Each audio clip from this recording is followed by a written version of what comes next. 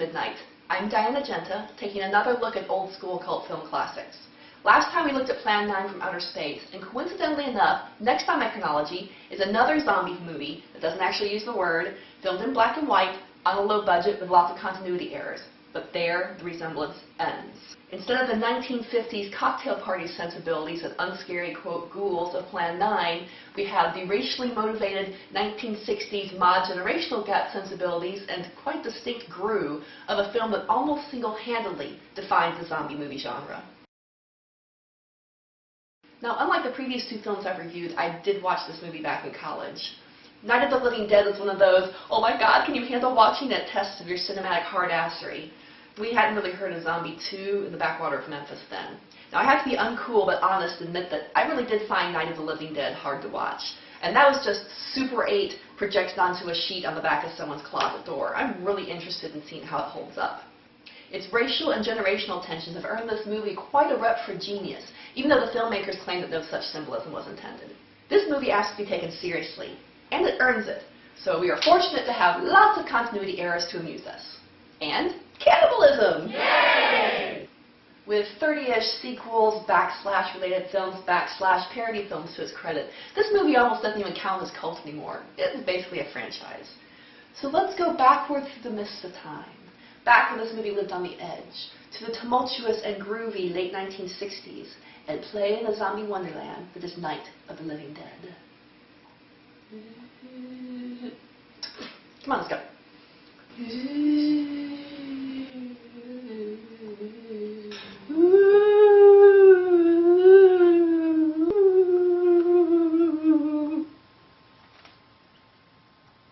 So we meet. Okay. So we meet Barbara and Johnny bickering in the car as only siblings can do on their way to visit the grave of their dad or somebody else not really important. Look at this thing. We still remember. I don't. You know, I don't even remember what the man looks like. Yeah, stick around a bit. You might. Yeah, a little spit and polish. You can clean this up. Shiny, spit-covered styrofoam. Ah, family traditions. Eventually, they reach their destination, and Johnny, noticing that Barbara is scared of cemeteries, does his brotherly duty. They're coming to get you, Barbara. Stop it! You're ignorant. They're coming for you, Barbara. And they really are. Look out, it's riffraff! Run, or you end up in Rocky Horror! Fighting off what at this point seems just like a creepy old guy, Johnny falls and hits his head, and Barbara flees. What, she hasn't helplessly tripped yet? Oh, there she is. She tries to drive away, but she can only coast because the keys are in Johnny's pocket. Thanks for ruining it, Morgan! Then, having crashed the car, she finds a nearby empty farmhouse, like you do. Look, you promised me Night of the Living Dead. I want to see some fucking night. Thank you. So Barbara wanders around the house, holding on to her last scrap of sanity, right? Checking the phone, looking for useful stuff, going upstairs to see... Ah! Fuck sanity! Run away, Barbara! Run! Go! Find Johnny! He's with the zombies! No, wait. What you need is a hero protagonist. Don't worry about him. I can handle him. He quickly checks the house for resources, none of which clearly are Barbara. This is her helping.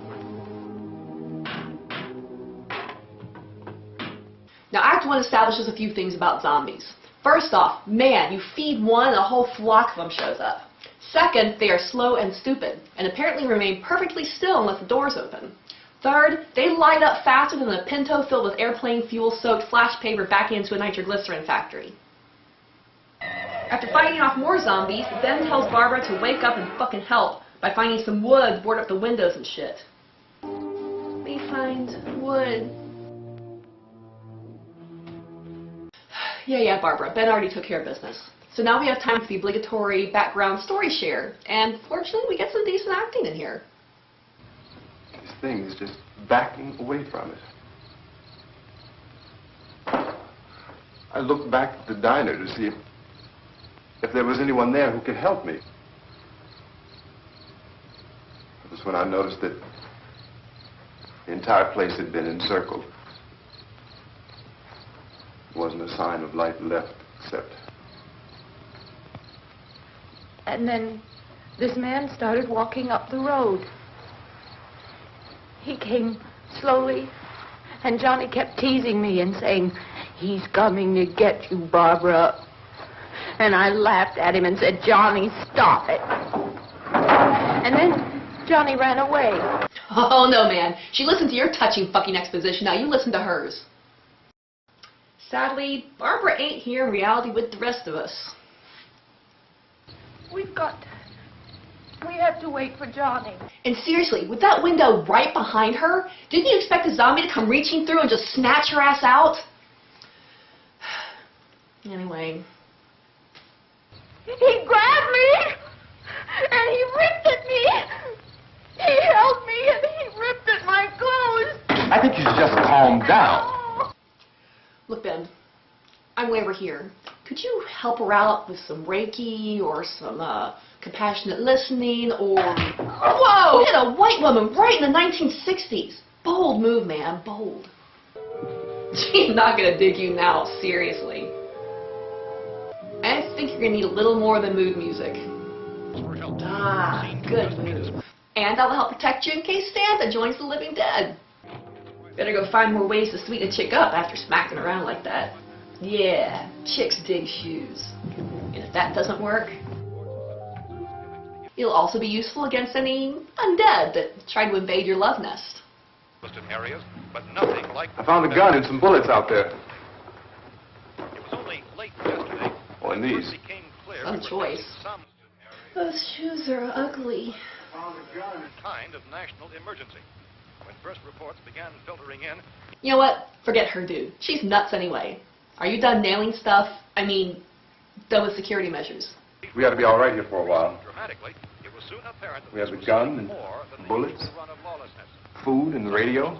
This place is boarded up pretty solid now. Except for that one. It's like here. All right here for a while. It's right behind... never mind. Hey, how about some radio? See if there's any news about the attacks. Consistent reports from witnesses to the effect that people who acted as though they were in a kind of trance were killing and eating their victims. The killers are eating the flesh of the people they murdered. And that murder victims show evidence of having been partially devoured by their murderers. Medical examination of victims' bodies shows conclusively that the killers are eating the flesh of the people they killed. You know, what I wish they'd clear up is, are the victims being eaten at all? And by who? Because some cannibalism would make this movie a whole lot more entertaining. Ben goes to investigate for himself. Yeah, we know. Can you just... Thanks. Hey, maybe some new characters would spice things This up. wave of massacre. Don't shoot! We're from town! Yay, new characters! And they're going to become the best of friends and beat the monsters together. How long you guys been down there? I could use some help up here. How are we supposed to know what was going on? Could have been those things for all we knew. Yeah, you could hear hammering. What did you think, the fucking zombies are having woodworking shop up there? Like a bunch of carpenters rose from the grave, right? Milled around looking for their friends to have some sort of party and sort of some ridiculous, all right, cannibalistic undead carpenters. But there's no time for arguing because the zombies try to break in. Okay, there's lots of time for arguing, I guess. Right now, you tell me. I don't think that kind of chance we're in a safe place. We might be in a safe place, and you're telling us we gotta risk our lives just because somebody might need help, huh? All right, why don't we settle this? Ah, right, yes, the zombies try to break in. Ugh, that's one way to keep them from pulling the boards off. Hardcore, Tom. Clearly the zombies can take some punishment. And they can take it with beautiful cinematography.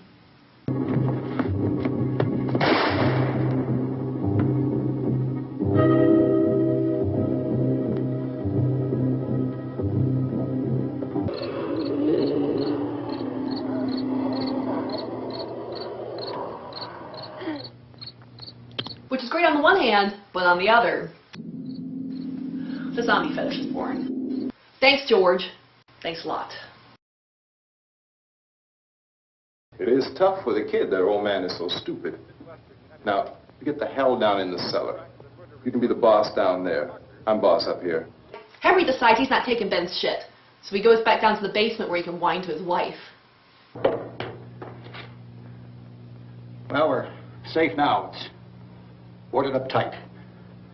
Radio upstairs. I heard a news bulletin. There's a radio upstairs and you boarded us in down here? Radio? They have radio up there and we're down here? You dumb shit! Why did I fuck you that once? It's a joke. Mr. Cooper, Ben found a television set upstairs. Let's go up. Jersey Shore is on. Pretty much everyone watches the TV news flash. Is being committed by creatures who feast upon the flesh of their victims. This is really not the place for an acid trip. Set and setting are way wrong. They had acid up here and he boarded us up down there? Whoa, have you ever really looked at a doily? It's like a mandala. Still unsure of the attacker's diet. Who feast upon the flesh of their victims. They do hear about rescue centers along with other important information. Why are space experts being consulted about an earthbound emergency? It has been established that persons who have recently died have been returning to life and committing acts of murder. Ah, yes. Plan 9 deals with the resurrection of the dead. Do you have any answers at this time? The bodies must be carried to the street and burned. They must be burned immediately. Soak them with gasoline and burn them. They're just dead. They're just dead flesh anyway. Burn them the fuck up. Let's go. Chop chop. Ben and Tom make a plan. Are the words, "I have a cunning plan," marching with ill-deserved confidence in the direction of this conversation? No. Ben and Tom make a plan to get Ben's truck to the gas pump in the farmyard so they can fill it up and get everyone to a rescue center. Tom knows all kind of tricky things like how to drive a car and how to put gas in it. So he's put in charge of making the run through the zombies while Ben provides cover fire. And this actually allows for a really nice touching scene between Tom and his girlfriend Judy, who's watching Henry and Helen's injured child in the basement. You always have a smile for me. How can you smile like that all the time?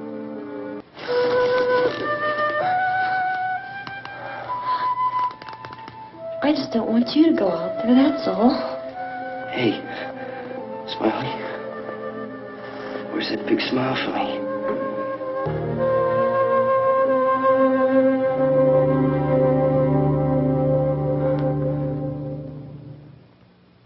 Ben scares off the zombies at ground level while Henry drops Molotov cocktails on them from above. Judy suddenly runs out to be with Tom, almost fucking the plan, but they make it anyway. The mix of daytime and night is confusing. It apparently confuses Tom too, who gets spooked and sprays the truck with gasoline. I thought we sent the guy who knew what he was doing. They try to bullshit their way through the rest of the plan, but surprise!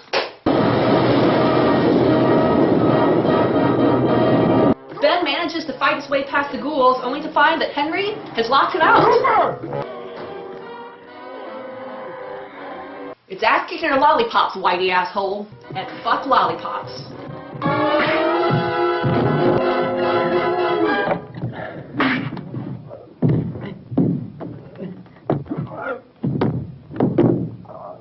I'd drag you out there and feed you those things.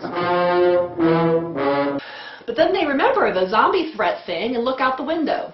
Bad idea.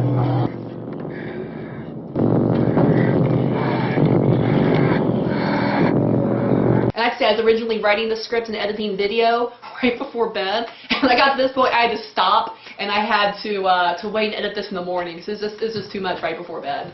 I know, I'm a wuss. I don't care.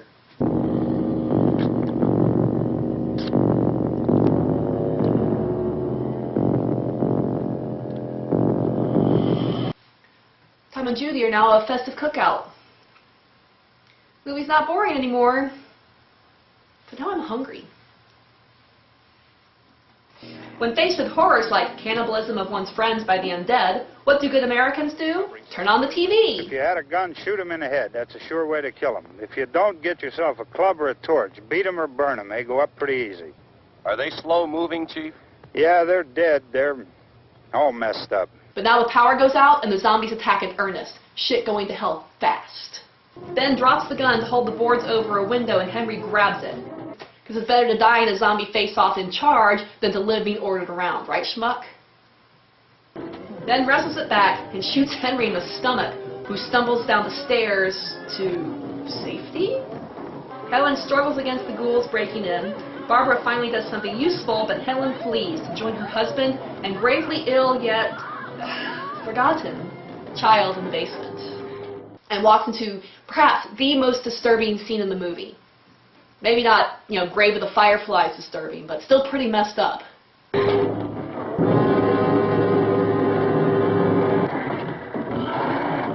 Poor baby.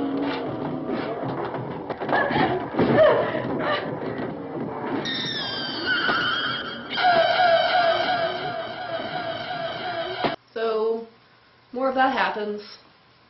Let's check it upstairs. Hey, Johnny made it over after all. Bye, Barbara. You kids have fun.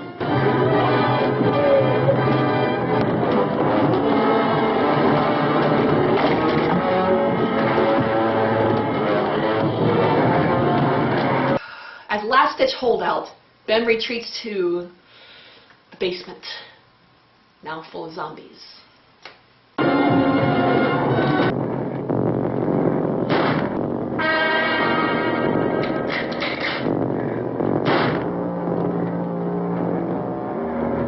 Guess he's boss down there too. Somehow, Ben makes it through the night. The zombies overran the house, but the basement door held firm. So I guess, in a way, asshole Henry was right. He's awoken in the morning of a fresh new day by the sounds of birds and the rescue team shooting undead as they approach the house looking for survivors. Ben goes carefully up, finds the house empty, and approaches the window. He is spotted by the police who take him to a rescue center. Good shot. I did mention this was the 1960s, right? Like, the white cop shooting the uppity but innocent black man who was pointing a gun out the window was entirely coincidental.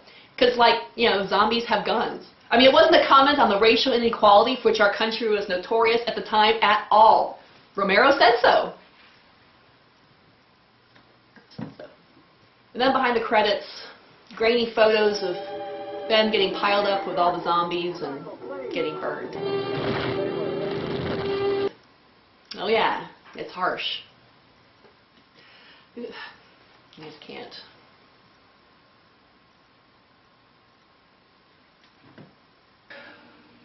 So first off, kudos for subverting the happy Hollywood ending. The film was high on tension and horror without depending on the gross out. This is partly due to the black and white film stock. It was chosen for budget reasons, but gave the film a matter-of-fact documentary atmosphere and allowed for some dramatic lighting shots. Some nice performances also contributed to the film's quality. Barbara and Ben were originally written as quite different characters, but the filmmakers rewrote the parts when they found performances they liked. Barbara in particular is often panned by viewers as being annoying and helpless, which is so, but let's think this through. What's more scary? Being trapped in a house surrounded by zombies with a tough, capable partner at your side? Or this? Yeah. When you compare Night of the Living Dead to Plan 9 from Outer Space, you really see the difference between competent filmmaking with a low budget and incompetent filmmaking with a low budget. George Romero's best trick? He made the movie he could afford to make. There are no spaceships or airplane cockpits here. What he did make was not only the world's first zombie apocalypse movie, he also made the first How Not to Survive a Zombie Apocalypse movie. Now I know he didn't have decades of the genre he created to teach him, but the filmmakers seem otherwise intelligent, so I think this has got to be addressed. Their most egregious mistake?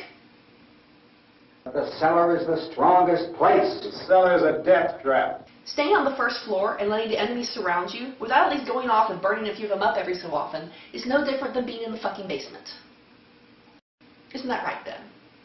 As even any D&D player will tell you, you find a spot where you have a back door for escape, but the enemy has to come in one at a time, so you can just pick them off with ranged weapons and leave hand-to-hand melee for any who squeeze by.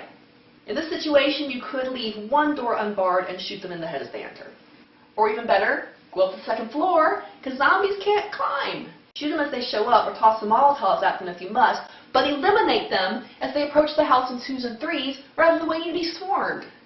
If the house is breached, get them one by one coming up the stairs. Or, just chop the fucking stairs down to begin with. Once you're up there, you don't need them. If it turns out you want to leave, say to go to a rescue point, you take that freebie corpse that fate gave you, toss it out the window, and the zombies crowd around it like some morbid Mardi Gras of the macabre, you escape out the other side of the building. They had a pretty goddamn sweet setup. Food, radio, TV, guns, flammables, zombie inaccessible areas with an escape route. How the hell did they manage to die? Though really you knew Ben was fucked from the beginning, right? But you were watching a Hollywood movie, so you got convinced otherwise until BLAM! Sucker. Thanks for hanging out with me in the back row. On the platter for next time, we have science fiction romp Barbarella, possibly the original source of scantily clad anime women. I'm Diana Genta. See you at midnight.